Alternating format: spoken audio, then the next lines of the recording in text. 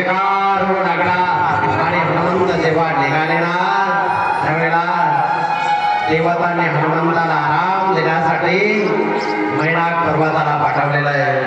हा पर्वत निघाला हनुमंताला विश्राम देण्यासाठी आराम देण्यासाठी निघालेला आहे. कारण रामाचं कार्य करत असताना त्याला थकवा आला असेल, कंटाळा आला असेल, त्याला विश्रामाची गरज आहे आणि म्हणून विश्राम देण्यासाठी तो पर्वतवर आलेला आहे. हनुमंतानं त्या पर्वताला स्पर्श केला आणि सांगितलं राम कार्य करायला निघालोय, आता विश्राम नाहीये, आराम करून जमणार नाहीये. आणि त्यावेळेला हनुमंत पुढे निघाले, अतिशय वेगानं पुढे निघालेले आहे. आणि पुढे चालल्यानंतर ही सुरसा आली. देवताने विचार केला, पाताळामध्ये सर्व देवता लपून बसलेले होते, घाबरलेले होते आणि तिला भीती वाटत होती. ही सुरसा तिला पाठवलं की जा, हनुमंतामध्ये सामर्थ्य आहे का परीक्षा घ्या. आणि त्यामुळे परीक्षा घेण्यासाठी ही निघाली. विशाल रूप धारण केलं तिनं आणि आपला चेहरा मोठा केलेला आहे. सांगितलं तुला मी खाणार. हनुमंतानं सांगितलं माते मी रामकाज करायला निघालेलो आहे, परत आल्यानंतर तुझं तू काम कर, मला जाऊ दे पडली नाही जाऊ देणार. आणि तिला आपलं तोंड वाढवलेलं आहे. एक योजन तोंड केलं त्यावेळेला हनुमंत 2 योजन झाले आणि तिला 4 योजन तोंड केलं की हनुमंत पुन्हा 8 योजन होऊ लागले. तिला 50 योजन तोंड वाढवलं, हनुमंत 100 योजन झाले. तिला परत 100 योजन तोंड वाढवलं. हनुमंत बुद्धिमताम वरिष्ठ हनुमंतानं विचार केला आता जास्त शरीर जर वाढवलं तर एक भाग माझा परशुरामचंद्राकडे जाईल, दुसरा माझा सीतेमातेपर्यंत जाईल. हनुमंत छोटे बनले आणि तिच्या तोंडामधून पोटामधून चक्कर मारून बाहेर आले आणि सांगितलं माते आता मी तुमच्या पोटामधून बाहेर आलेलो आहे, आता बोला काय करू. सांगितलं मी तुला खायला आलेले नव्हते, तुम्ही परीक्षा पाहण्यासाठी आलेले होते, जा राम कार्यामध्ये यशस्वी हो. आणि हनुमंत पुढे निघालेले आहेत, अतिशय वेगानं निघाले, अतिशय वेगानं रामाचं कार्य आहे. आणि जयकार करत करत गजरा घे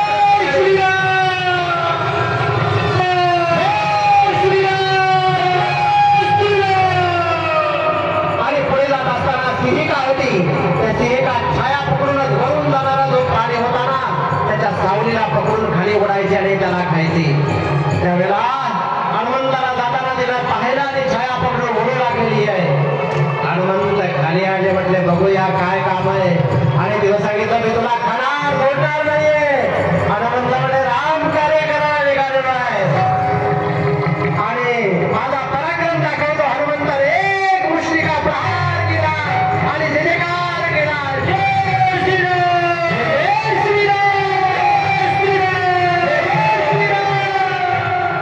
प्राण झाले. आणि त्यानंतर हनुमंतराय लंकेमध्ये जाऊन पोहोचले आणि पुढे गेल्यानंतर विशाल महाद्वार जात असताना त्यांनी छोटस रूप धारण केलं, सूक्ष्म रूप धारण केलं.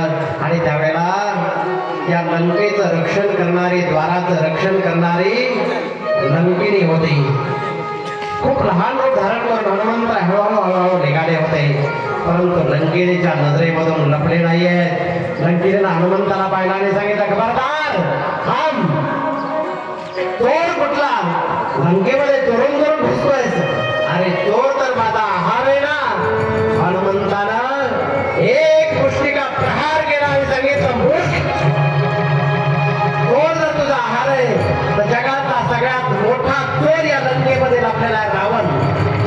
सीता मातेचं अपहरण करणारा तो चोर तुझा आहार त्याला आहार बनवतोय आणि मला आहार बनवते.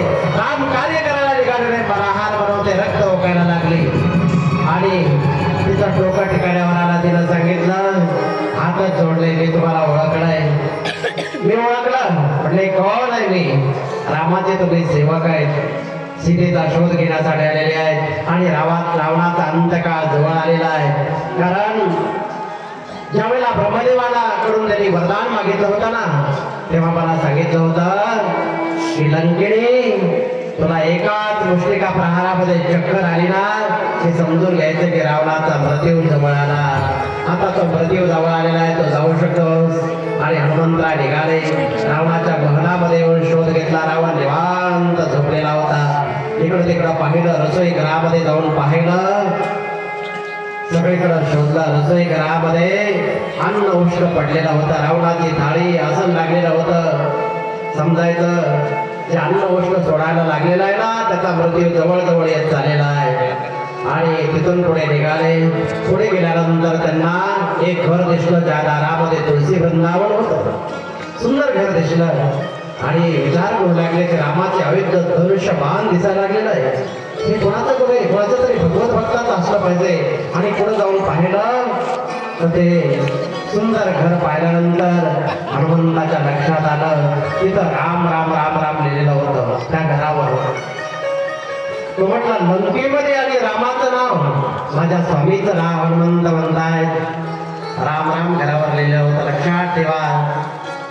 एक दिवस रावणानं विचारलं होतं माझ्या शत्रूचं नाव तुझ्या घरामध्ये कसं काय? पण विभीषण बुद्धिमान होते. संकट कसं निभावून न्यायचं, दुष्टाच्या तावडीतून कसं निष्ठायचं विभीषणाकडून शिकला पाहिजे. विभीषणाला सांगितलं तुमच्या शत्रूचं नाव नाहीये. म्हणजे मग हे राम लिहिलंच ना तू? त्यांनी सांगितलं राम म्हणजे रावण आणि म म्हणजे मंदोदरी. हे तुमचंच नाव लिहिलंय ना मी. आणि रावणाला वाटलं खरंच माझं नाव लिहिलंय. आज हनुमंतानं पाहिलं रामाचं नाव आणि हनुमंत त्या ठिकाणी गेले आणि तेवढ्यामध्ये विभीषणाला जाग आली. झोपेतून उठल्याबरोबर माणसाच्या मनामध्ये जे आहे ते प्रकट होतं. जाग आली म्हणण्यापेक्षा प्रभूनच जागा केला विभीषणाला. हो अरे दारामध्ये संत आलेले आहेत, ओठ सावध हो. विभीषण उठला आणि राम राम राम म्हणायला लागलेला आहे. राम राम म्हटल्याच्या नंतर हनुमंत म्हणताय तो राम राम म्हणतोय म्हटल्यानंतर मला राम राम म्हणायला काय अर्थ नाही. आणि हनुमंतानं राम राम म्हणायला सुरुवात केलेली आहे आणि नाचायला लागलेली आहे. श्रीराम जय राम जय जय राम, श्रीराम जय राम जय जय राम, श्रीराम जय राम जय जय राम, श्रीराम जय राम जय जय राम, श्रीराम जय राम जय जय राम, श्रीराम जय राम जय जय राम, श्रीराम जय राम जय जय राम, श्रीराम जय राम हरे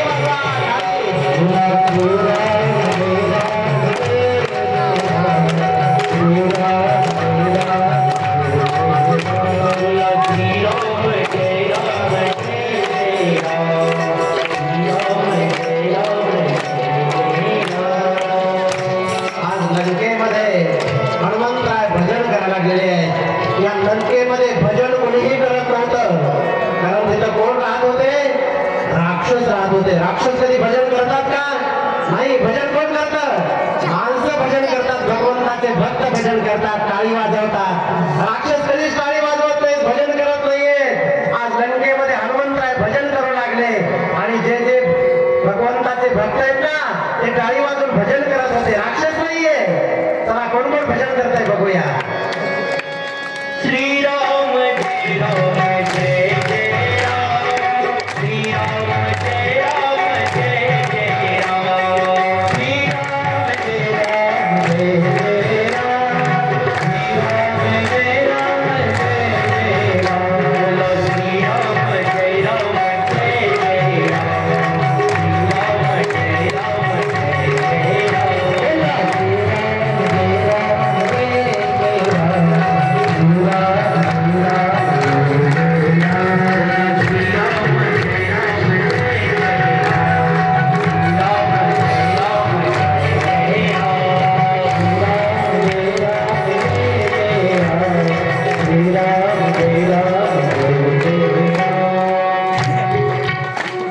विभीषणानं विचार केला की लंकेमध्ये राम राम म्हणणारा फक्त मी एकटाच आहे.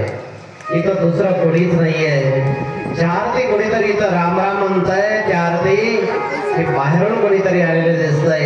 बाहेर आले आणि प्रणाम केला आणि विचारलं खुशाल आहात का? कारण लंकेमध्ये राम राम म्हणणाराची खुशाली नव्हतीच. इथं रावण रावण म्हणणारेच खुशाल राहत होते. राम राम म्हणणाराला सोडत नव्हते, फाशी दिली जात होते. राम म्हणणारे कोणी नव्हते, दैत्यच राहत होते ना, राक्षसच होते ना. आणि परिचय दिला. विभीषणाला विचारलं की आपण त्यावेळेला सांगितलं मी रामाचा दूत आहे, हनुमान. आणि सीता मातेचा शोध घेण्यासाठी आलेलो आहे. विभीषणानं सांगितलं सीता माता अशोक वाटिकेमध्ये आहे आणि हनुमंतराय भजन करत करत करत करत अशोक वाटिकेकडे निघाले. अशोक वाटिकेमध्ये आले आणि अशोक वाटिकेमध्ये आल्यानंतर ती सुंदर वाटिका ज्या ठिकाणी सीता मातेचं वास्तव्य आहे तिथं शोक कसा असणार, तिथं दुःख कसं असणार. अशोक तिथं शोकच नव्हता काही. सीता माता प्रसन्न भद्रेनं प्रभूच्या चिंतनामध्ये मस्त होती. फक्त प्रभूचं चिंतन चेहऱ्यावर दिसत होतं. रामाशिवाय तिच्या डोळ्यासमोर काही येतच नव्हतं. आणि हनुमंतराया अशोक वाटिकेमध्ये आले आणि वाटिकेमध्ये आल्यानंतर झाडावर चढून बसलेले आहेत आणि डोळ्यामध्ये रावण आला आपल्या सैन्यासह आणि सीतेला समजवण्याचा प्रयत्न करत होता. त्यावेळेला सीतेने एक गाडी उचलली, एक छोटीशी गाडी हातामध्ये घेतली आणि रावणाला सांगत होते की तुझी किंमत या गाडीप्रमाणे आहे, गाडीप्रमाणे. त्यानंतर रावण धमक्या देऊन परत गेला आणि सीता थोडीशी दुःखी आहे. आणि त्यावेळेला हनुमंतानं काय केलं, प्रभूला दिलेली जी मुद्रिका होती ना ती सीता मातेच्या समोर टाकली. सीता मातेनं ती अंगठी घेतली हातामध्ये, पाहिलं ओळखली ही प्रभू रामचंद्राची अंगठी आहे, राम नामांकित अंगठी आहे. खूप आनंद झाला, परंतु दुसऱ्याच क्षणी घाबरली, कारण माझ्या रामाची अंगठी त्यांच्याजवळ कोणी आणू शकतच नाही. हे तर कशी काय आली? मायावी तर नाहीये, मायावी तर येऊ शकत नाही. कसं काय झालं? कोण असेल ही अंगठी? कोणी आणलेली असेल? जो कोणी अंगठी आणणार आहे ना त्याने पुढे आला पाहिजे. कोण आहे तो? असं म्हटल्याबरोबर सीता शोक करू लागलेली होती, दुःख करू लागलेली होती. आणि त्यावेळेला हनुमंतानं आपला परिचय देण्यासाठी, मी कोण आहे समजवण्यासाठी रामकथा गायला सुरुवात केली. ही है रामकथा. जिसे श्रवण कर मिट जाती है, जिसे श्रवण कर मिट जाती है जन्म जन्म की व्यथा. जय जय रामकथा, जय श्री रामकथा, जय जय रामकथा, जय श्री रामकथा. ये है रामकथा, ये श्री रामकथा, यही तो रामकथा, यही श्री रामकथा. श्रवण कर मिट जाती है, श्रवण कर मिट जाती है जन्म जन्म की व्यथा. जय श्री रामकथा, जय श्री रामकथा, जय श्री रामकथा, जय श्री रामकथा, यही तो रामकथा, यही श्री रामकथा, यही तो रामकथा, यही श्री रामकथा. रामकथा चली काम लगाए, सुजन शरीरन मनी सुहाई.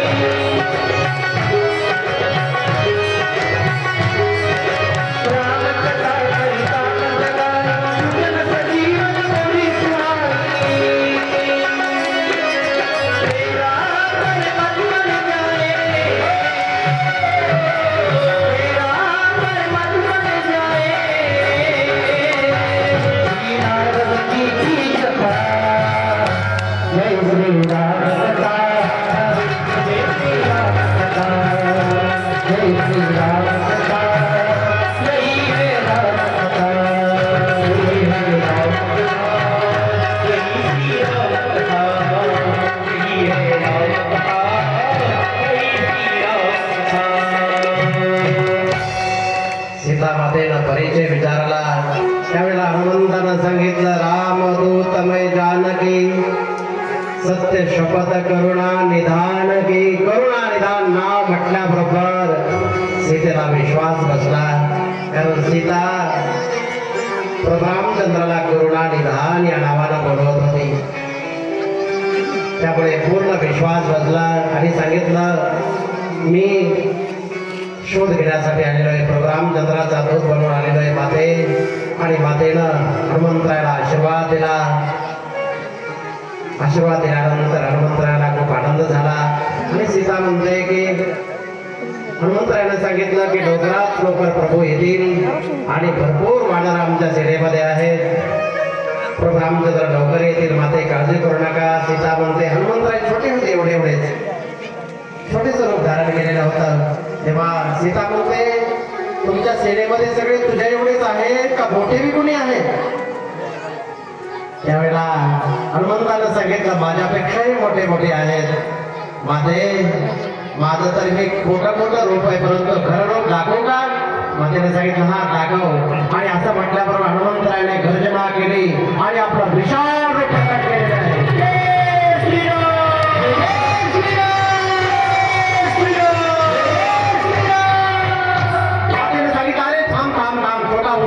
छोटा हो, तुला कोणी पाहणार नाही, असं कर. पटकन हनुमंतराय छोटे बनले आणि सांगितलं, काळजी करायची गरज नाही, जा. आणि हनुमंतानं सांगितलं, माते मला जरा भूक लागलेली, फळं खाऊ का? सांगितलं, जा, खाऊ शकतोस, खा. हनुमंतराय फळं खाण्यासाठी बागेमध्ये आले. फळं खाल्ले पोटभर, परंतु फळं खाल्ल्यानंतर त्या सेवकांना दाखवू खात होते. हातात घ्यायचं, दाखवायचं आणि खायचं. कोणीतरी म्हटलं की तो वानर आलाय, फळं तोडून खातो आहे. म्हणजे खाऊ द्या, एक वानर किती खाणार आहे? परंतु हनुमंत म्हणतात की याच्यावर काही परिणामच होत नाहीये. हनुमंतानं झाडच तोडायचं, असं बोलायचं आणि फेकायचं. झाड तोडून फेकायला सुरुवात केली की सैनिक धावून आले हनुमंताला मारण्यासाठी. आणि हनुमंतानं त्याने की असे पकडायचे आणि रगडू मारायचे. जय श्रीराम सुरू केलं, रगडू पुन्हा म्हणायचे, काय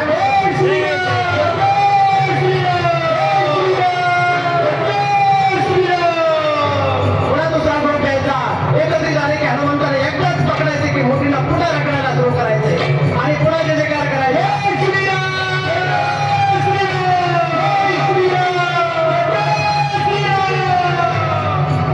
सगळे मारले तेवढ्यामध्ये त्यांनी सांगितलं की एकटाच राहिलो, शेवटचा.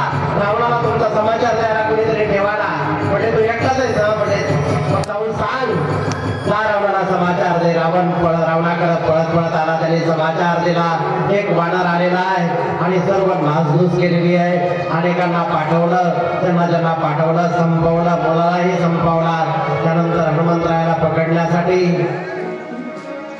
ब्रह्मास्त्राचा प्रयोग केला, पकडलं, आणलं, शेपटीला चिंध्या बांधल्या आणि हनुमंतानं विचार केला की आता संधी आलेली, अग्नी लावलेली आहे, लंका जाण्याची संधी आलेली आहे. आणि हनुमंतानं प्रभूचं नामस्मरण करत या बिल्डिंगवरनं तिकडून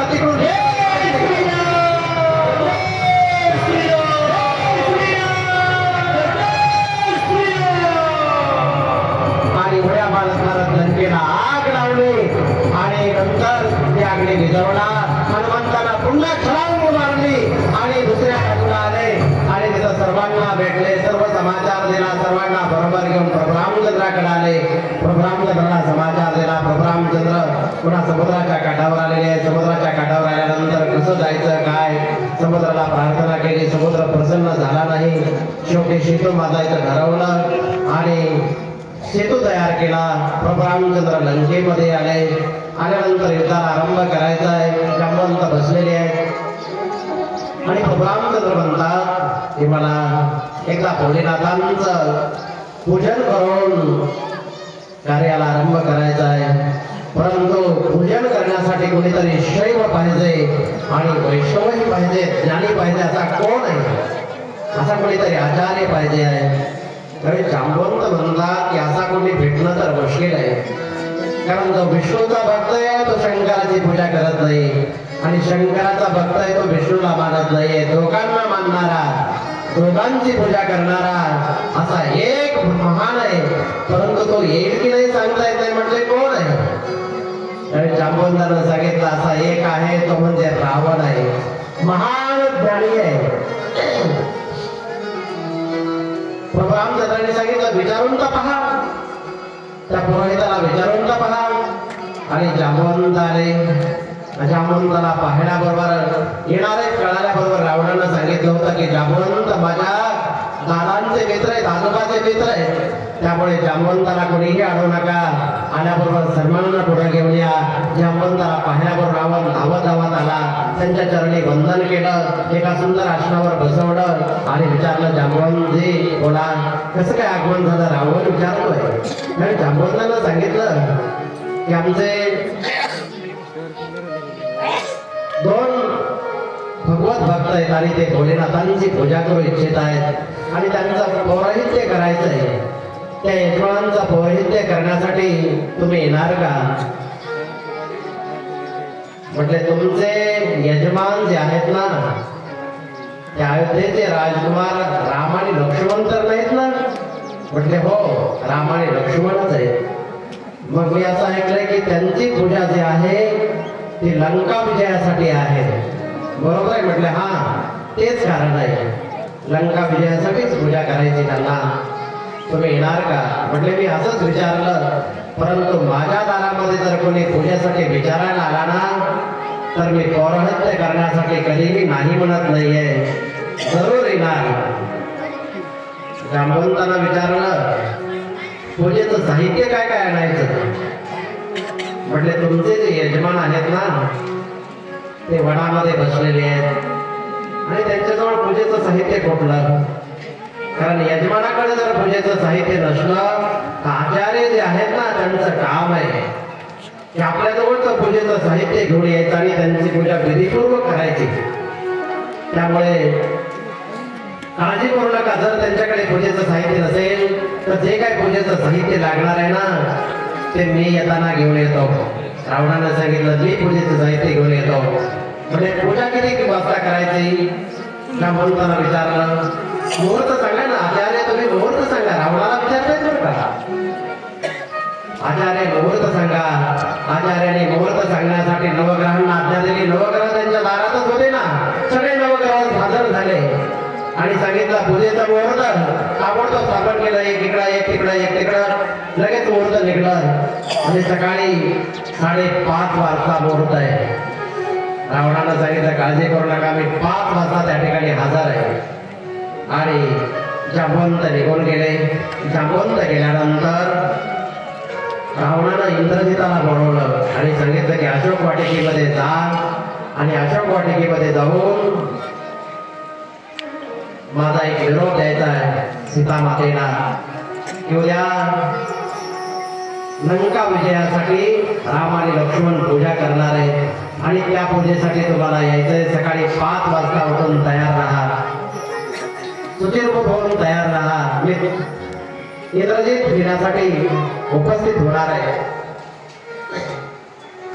निरोप पाठवला सीता मातेकडं आणि हाही निरोप दिला रावणानं की तुमची सुट्टी फक्त पूजेपुरती आहे, पूजा संपल्यानंतर तुम्हाला परत यावं लागणार आहे. निरोप मिळाला. रावण 5 वाजता उठून सज्ज झाला, पूजेसाठी हजर झाला आणि राम लक्ष्मण हे दोघंही उठून आचार्यांना प्रणाम केला. आचार्य रावण उपस्थित आहे त्यांना प्रणाम केला, दर्शन घेतलं. आचार्य विराजमान झाले. प्रभू रामचंद्रानं सुंदर भोलेनाथांचं लिंग तयार केलेलं आहे, वाळूचं लिंग तयार केलं. आज शिवरात्री आहे, अतिशय सुंदर दिवस आहे आणि सर्वात मोठा भगवत भक्त भोलेनाथांचा भक्त रावण आहे. पूजेसाठी सर्व तयारी झाली आणि रावणानं विचारलं यजमानांचं लग्न झालेलं आहे? प्रभू रामचंद्र पूजेला बसलेले आहेत. त्यांनी सांगितलं हो लग्न झालेलं आहे. त्यावेळेला रावणानं सांगितलं की यजमानांनी आपल्या पत्नीला पूजेसाठी बोलून घ्यावं, कारण पूजा ही दोघांनी करायची असते, एकट्यानं नाहीये. आता राम कसे बोलवणार? प्रभू रामचंद्राने सांगितलं की यजमानाची पत्नी सध्या उपस्थित होऊ शकत नाहीये. तेव्हा रावणाने सांगितलं काळजी करू नका जांबवंत, मी कालच वचन दिलं होतं की यजमानाकडे जर पूजेचं साहित्य काही कमी असेल तर पुरोहित घेऊन येईल. इंद्रजिताला आवाज दिला, इंद्रजित साहित्य घेऊन या. आणि इंद्रजिताला आवाज दिल्याबरोबर सीता माता आलेली आणि प्रभू रामचंद्राच्या शेजारी विराजमान झाली आणि विधीपूर्वक पूजेला सुरुवात झालेली आहे आणि मंत्रघोष सुरू झाले आणि भगवान भोलेनाथांची पूजा होऊ लागलेली आहे. पूजा सुरू झाली, रावण मंत्र बोलू लागलेला आहे आणि राम आज सीता पूजा करू लागलेली आहे. निष्ठेनं श्रद्धेनं पूजन सुरू